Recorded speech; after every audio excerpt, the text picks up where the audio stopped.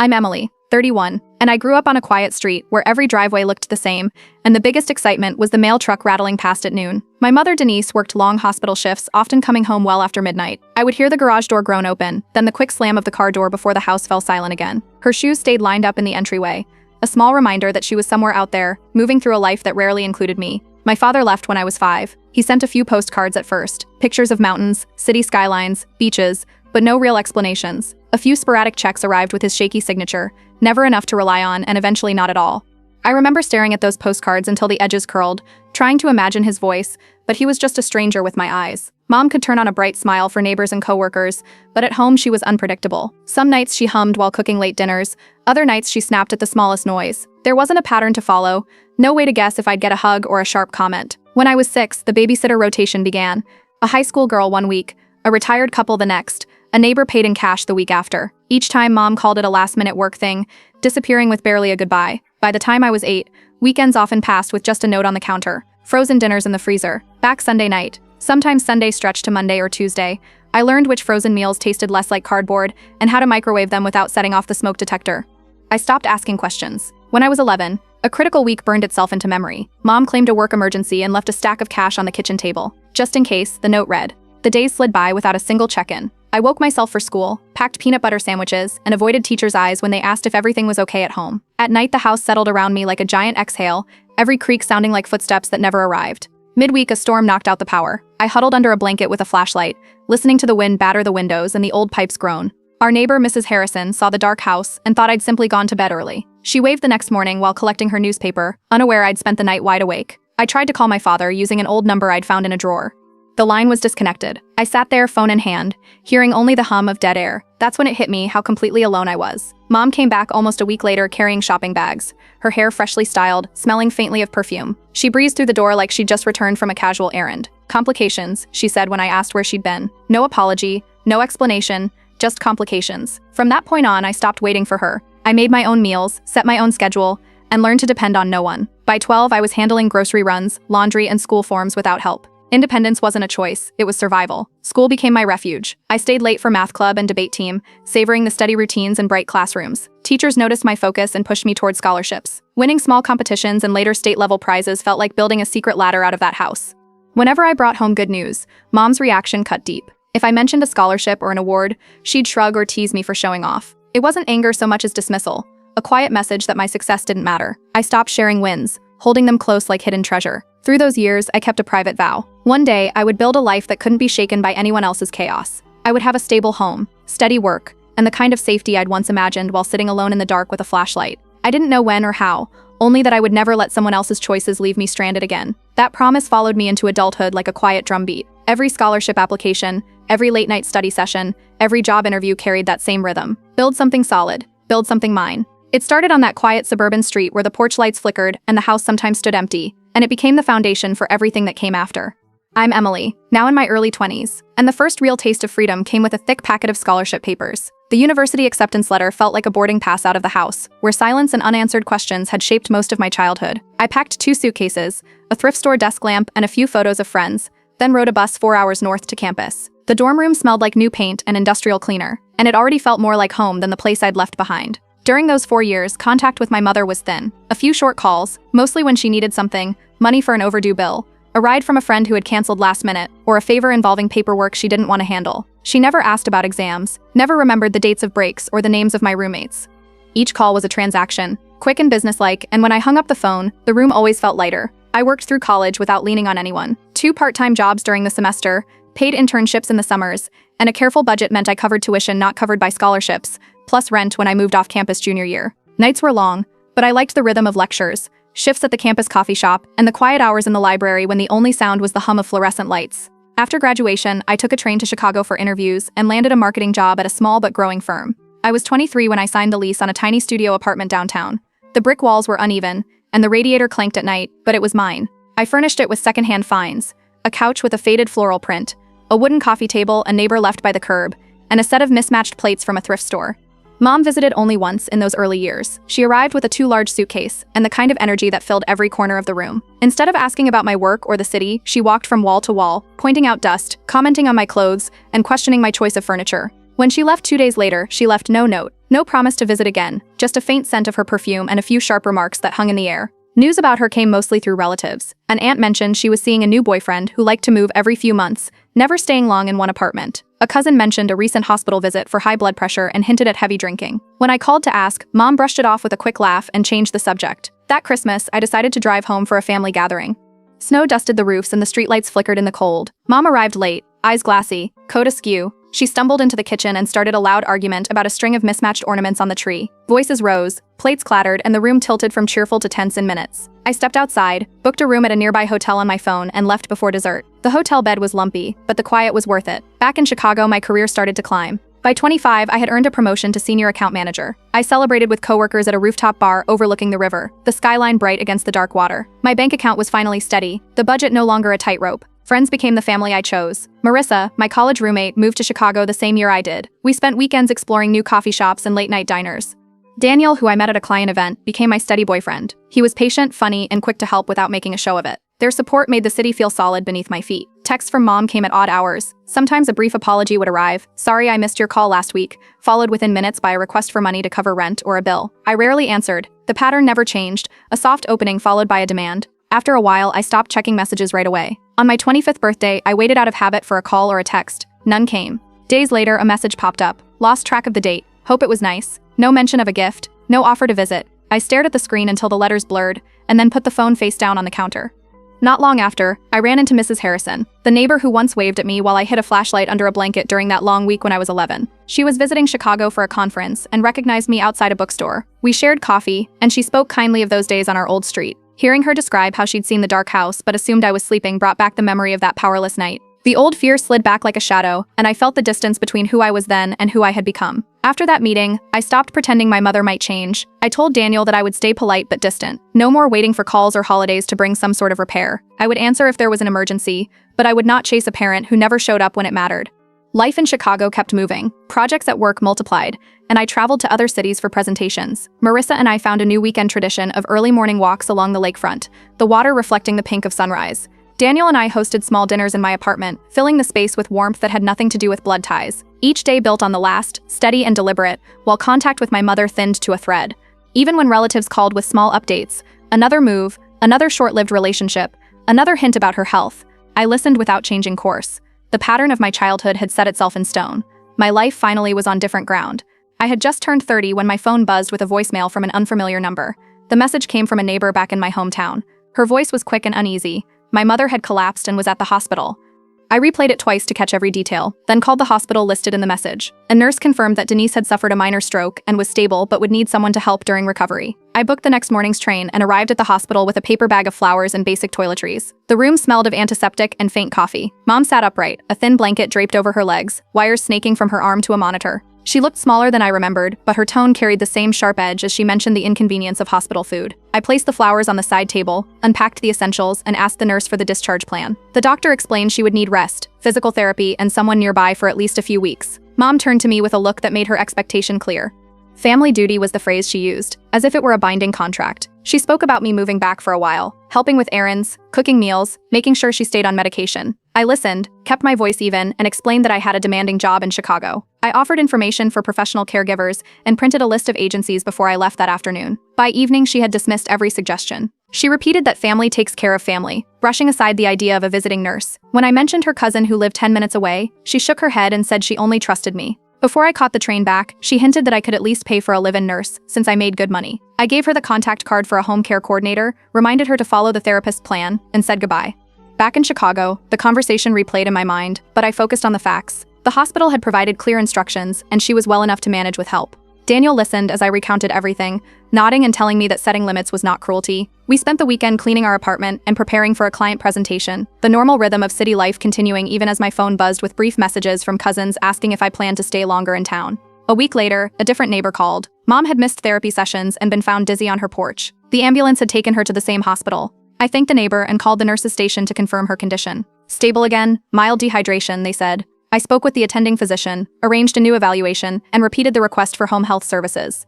I did not board another train. The hospital social worker scheduled a video call to review long-term care. I signed electronic forms allowing them to coordinate with a home care agency but declined financial responsibility. Mom resisted again, telling the staff she wanted to return to her house without outside help. They explained the risks and documented her refusal. Local church members reached out next, leaving messages that blended concern with subtle pressure. They offered to bring meals, to stop by for prayers, to support family unity. I returned each call with polite thanks and a firm explanation that professional caregivers were the safest option. I gave them the agency number and asked that they encourage her to accept assistance. In the days that followed, my voicemail filled with sharp messages from Mom. Words like abandonment and revenge came up more than once. Each message arrived late at night, her voice rising and cracking, demanding that I come home.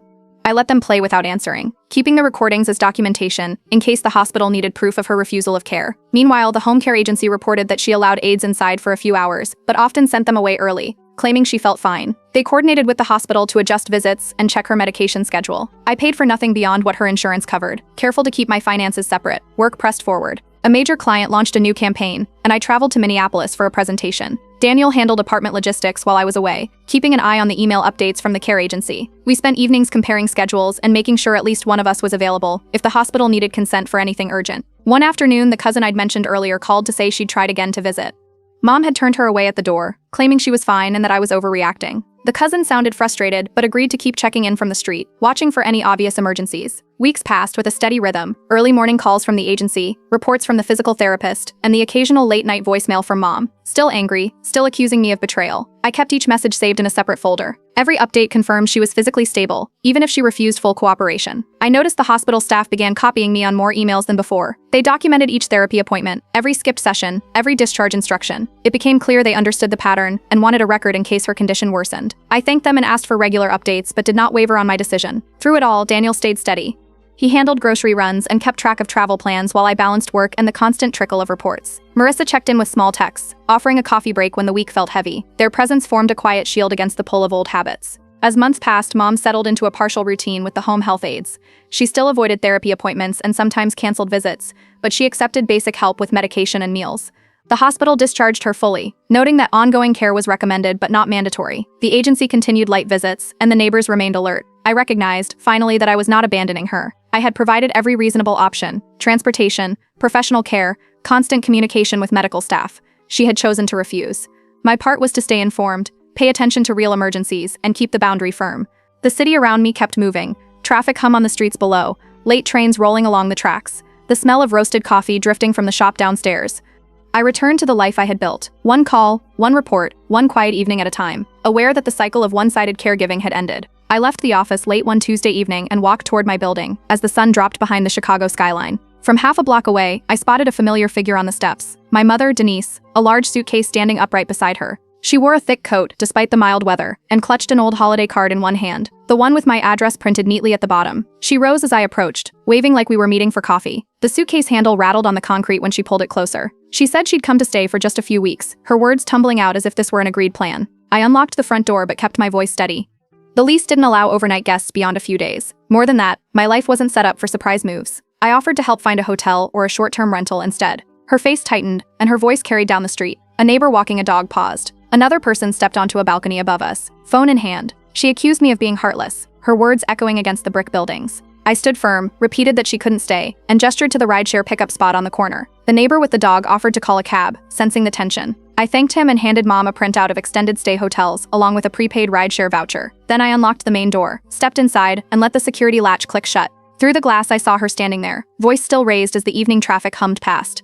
By the time I reached my apartment, my phone buzzed with a string of voicemails. Each message grew more frantic, her words spinning from pleading to angry accusations of abandonment. I saved them all, labeling the folder with the date. Daniel arrived soon after, setting his bag by the couch and scanning the missed calls. He reminded me that offering hotel options and a voucher was already more than generous. The next morning, I silenced my phone during a key client meeting, but the vibration continued in my bag like a second heartbeat. When I finally checked, there were 9 new messages and 3 texts from unknown numbers asking me to take responsibility. I forwarded the voicemails to a private email account, a quiet record in case anything escalated. Marissa, who lived a few blocks away, stopped by that evening after hearing from our doorman that a woman with a suitcase had been asking for me earlier.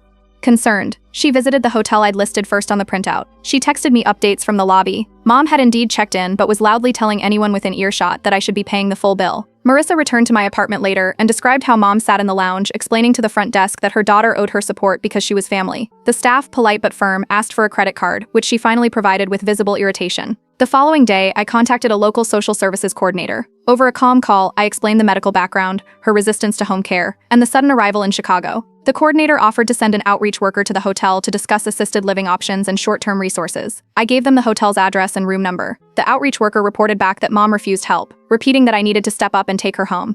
She dismissed any mention of professional services. The coordinator noted the refusal in their system and advised me to keep records of every interaction. Meanwhile, the messages continued. Some were long, drawn-out rants recorded past midnight. Others were short bursts demanding immediate action. I kept each one, saving them to the same folder. At work, I set my phone to vibrate only for emergency numbers so meetings could continue without interruption. Daniel watched me file each voicemail and email carefully. He cooked dinner that night, filling the apartment with the smell of roasted garlic while I typed a summary of events, date, time, message content. Marissa offered to help if anything required a witness. We all agreed to stay alert, but avoid direct confrontation. 2 days later, Mom appeared at my office lobby without notice. Security called upstairs, and I spoke to her through the glass doors. She asked again to stay with me, voice raised enough that coworkers passing by slowed their steps.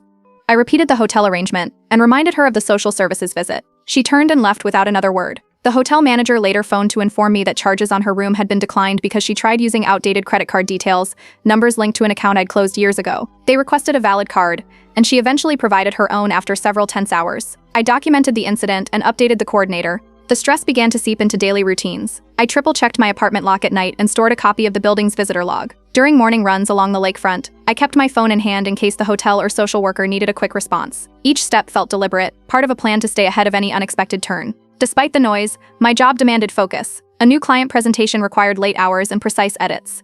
I worked through it, knowing the steady rhythm of tasks and deadlines offered a kind of structure. Daniel kept track of grocery runs and reminded me to take short breaks, his calm presence anchoring the evenings.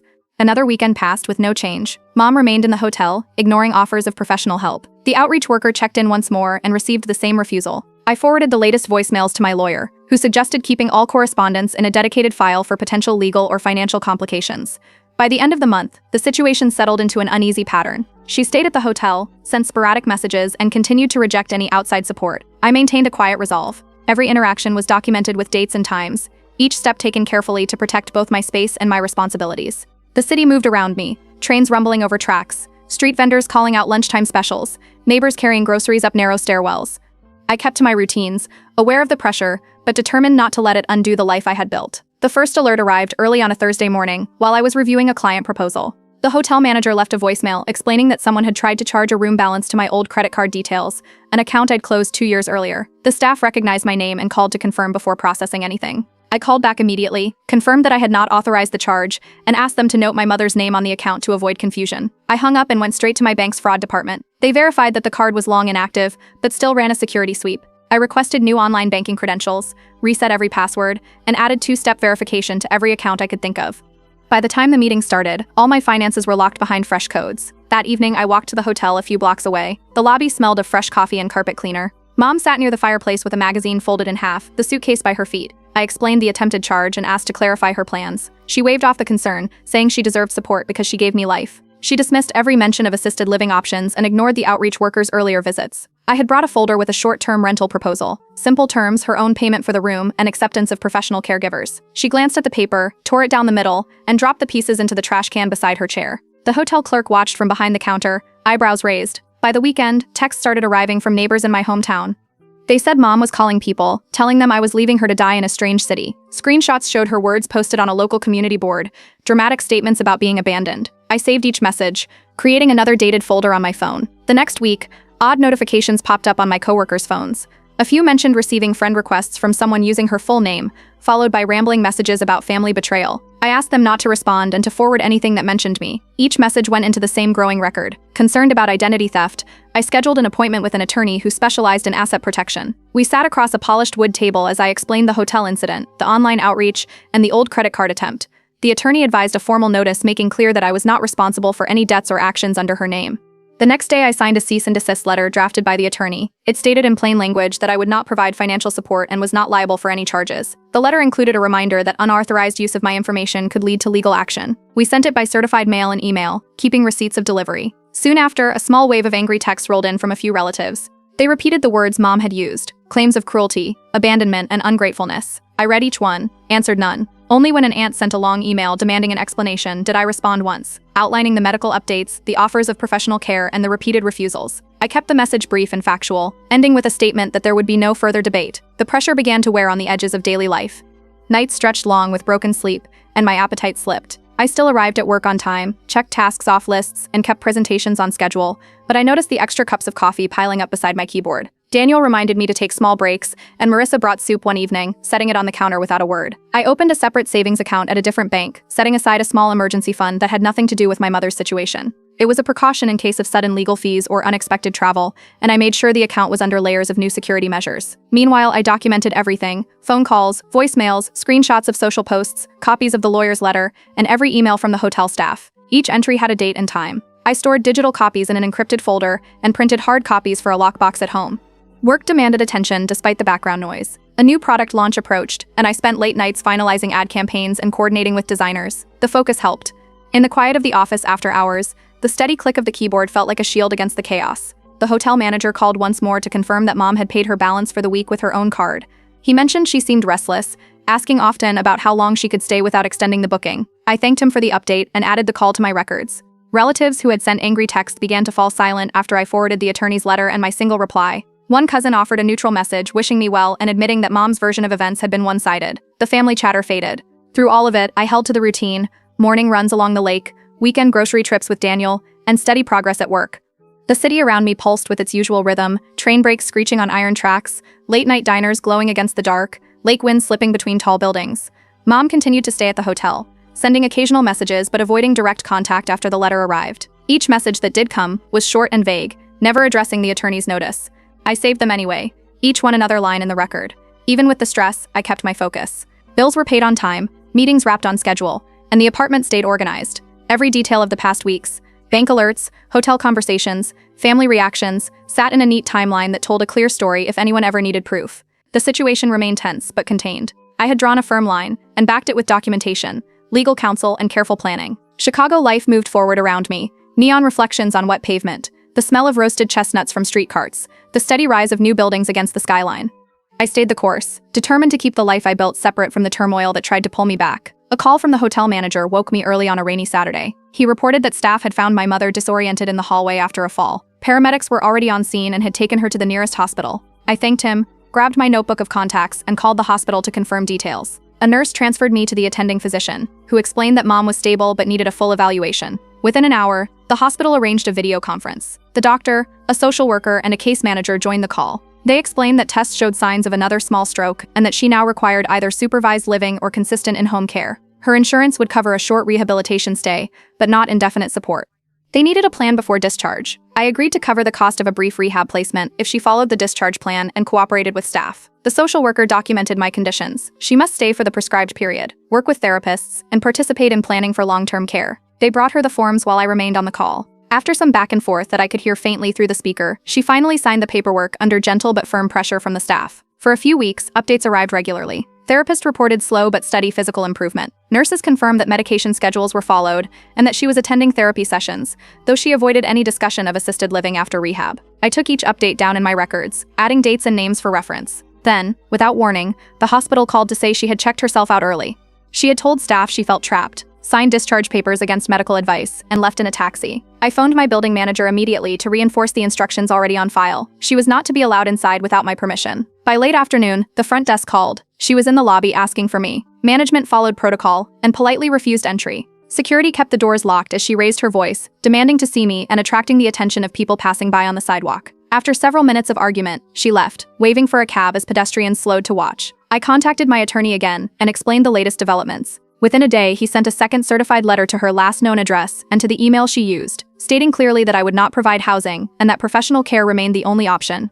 The letter included a reminder that continued attempts to force contact or use my information could lead to legal action. Relatives who had once criticized me began to shift their tone as they learned the full timeline. I forwarded key updates and the attorney's letter to the few family members who had earlier sent angry messages. One cousin called to say she finally understood the situation and would share the facts with others. The wave of judgment that had come after my first cease and desist letter quieted. Marissa and Daniel helped me set up a private emergency contact system with the hospital. We created a shared email account and a dedicated phone line so that updates about Mom would bypass her interference and come directly to us. The hospital staff agreed to use this contact only for verified medical information, protecting communication from any confusion or sudden changes. Weeks passed in relative silence.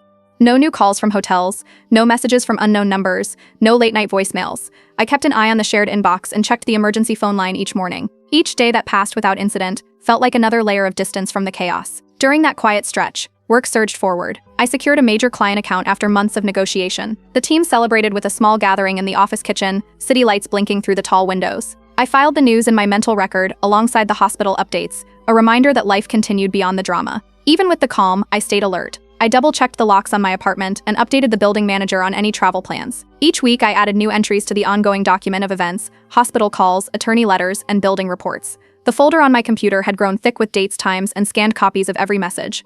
Chicago carried on around me, street performers outside the train station, late-night diners glowing against the drizzle, the constant thrum of traffic. I followed my routines, early runs along the lake, quiet dinners with Daniel, weekend coffee with Marissa. The city's steady rhythm balanced the unpredictable edges of my mother's actions. Mom remained silent, at least toward me. The hospital confirmed she was still receiving outpatient therapy but avoided conversations about permanent care. I continued to pay nothing beyond the agreed rehab expenses and kept all receipts in a separate file. As spring edged into summer, I took a brief trip with Daniel to visit friends out of state. Before leaving, I left updated instructions with the building and ensured the shared emergency line was active. The trip passed without a single call or alert. It was the first vacation in years that didn't include an unexpected message about my mother. Even in the lull, I stayed careful. I reviewed the attorney's advice, checked the emergency fund account, and backed up the documentation folder to an external drive. Each precaution felt like adding another lock to a door that might one day be tested again. The pattern of crisis and response had slowed, but the memory of sudden calls and unannounced visits kept me attentive. My life moved forward. Steady work, supportive friends, a growing relationship, while the records of past months sat quietly in their folder, ready if the next wave ever arrived. A late-night call jolted me awake just after midnight. The number showed my hometown's area code.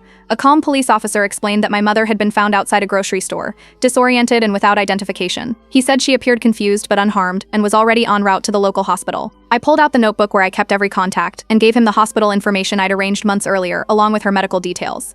Within an hour, a nurse called to confirm she was in the emergency department. Tests showed mild dehydration and confusion from skipped medication, nothing life-threatening. The nurse assured me they had her stable and would start an evaluation.